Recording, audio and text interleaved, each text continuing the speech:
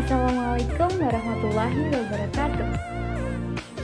Perkenalkan, nama saya Salma Amandana Jiha dari kelas 11 MIPA 4, nomor absen 31. Kali ini, saya akan sedikit membahas mengenai perjanjian Tromroyen yang dilaksanakan antara pihak Indonesia dengan pihak Belanda melalui beberapa aspek. Yang pertama adalah dari aspek peristiwa. Yang kedua, dari aspek latar belakang. Yang ketiga, dari aspek isi perjanjian. Dan yang terakhir adalah dari aspek dampak. Yang pertama, aspek peristiwa. Perjanjian Tromroyen antara Indonesia dengan Belanda ini dilaksanakan pada tanggal 14 April 1949 dan ditandatangani pada 7 Mei 1949 pula di Hotel des Indes Jakarta. Namanya pun diambil dari kedua pemimpin antara pemimpin Indonesia dan pemimpin Belanda, yaitu Muhammad Tromp dari Indonesia dan Herman van Rooyen dari Belanda.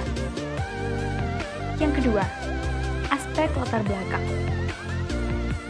Diadakannya perjanjian Tromroyen karena adanya serangan tentara Belanda ke Yogyakarta dan adanya penahanan pemimpin Republik Indonesia di Yogyakarta, serta mendapat kecaman dari dunia internasional.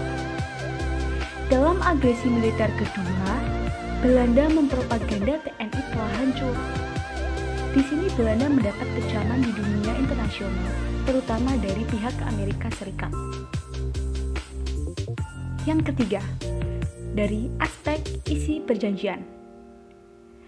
Adapun hasil-hasil perjanjian antara pihak Indonesia dan Belanda, yaitu yang pertama, tentara bersenjata Republik Indonesia harus menghentikan aktivitas gerilya. Yang kedua, pemerintah Republik Indonesia turut serta dalam konferensi meja bundar atau yang biasa kita sebut KMP. Yang ketiga, kembalinya pemerintahan Republik Indonesia ke Yogyakarta.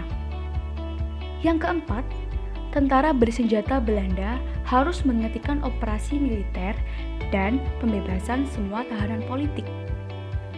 Yang kelima, kedaulatan Republik Indonesia diserahkan secara utuh tanpa syarat.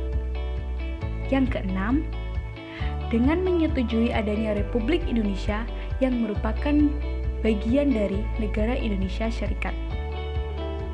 Yang ketujuh, Belanda memberikan hak, kekuasaan, dan kewajiban kepada pihak Indonesia. Kemudian yang terakhir, aspek keempat, yaitu dampak.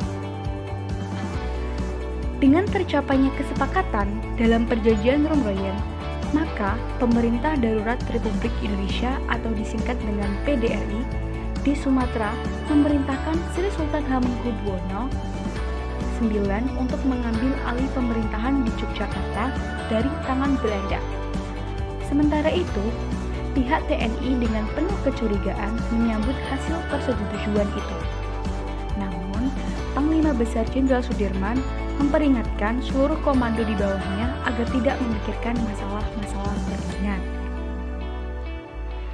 Itu semua aspek-aspek yang sudah saya bahas dari perjanjian Tromroyen. Apabila ada kesalahan, mohon dimaafkan. Terima kasih. Wassalamualaikum warahmatullahi wabarakatuh.